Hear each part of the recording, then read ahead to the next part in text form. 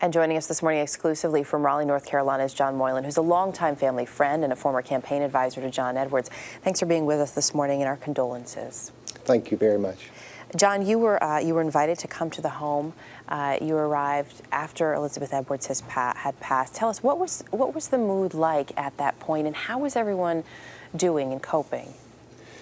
You know, it's a hard time, as you know, but I will tell you the home right now, I think, is exactly the way that Elizabeth would want it.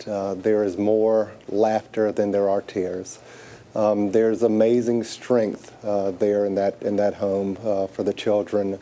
Their sister is with them, their aunt, their uncle, their father, and their friends. There's a lot of love in that family and in that house. Exactly as she would have wanted it. Yes, absolutely. We just heard some of her words there. She spoke about her children in Elaine's piece, talking about the most important thing you could give your children was wings. How did she prepare Kate, Emma Claire, and Jack for this? You know, Elizabeth always believed that you lead by example, and I think that's what she did with her children. She led a life of dignity. She led a life that made a real difference. Her children saw that. They saw the strength in their mother. They saw the love of their mother. And I think that they will be very, very strong people going forward. It was obviously a very tough year on a number of levels for Elizabeth Edwards this last year of her life. At one point, she had said publicly that she wanted her older daughter, Kate, who's now 28, to be the primary caregiver for her younger children. Did she still feel that way, though, at the end? You know, look, it's these young children have just lost their mother, and I think it's important that we respect that. They are at the home with their sister, with their aunt, with their uncle, and with their father, and they will be loved and cared for going forward. And how is John Edwards coping? You know, it's hard for John. He and Elizabeth met in law school. They've been together for almost 40 years.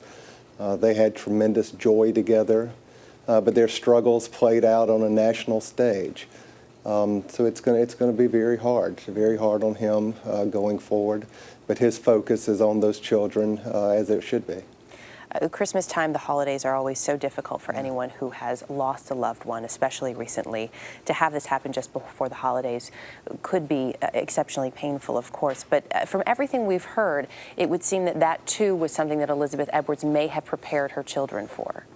Yeah, you know, I walk into the home and the Christmas tree is up, the decorations are up.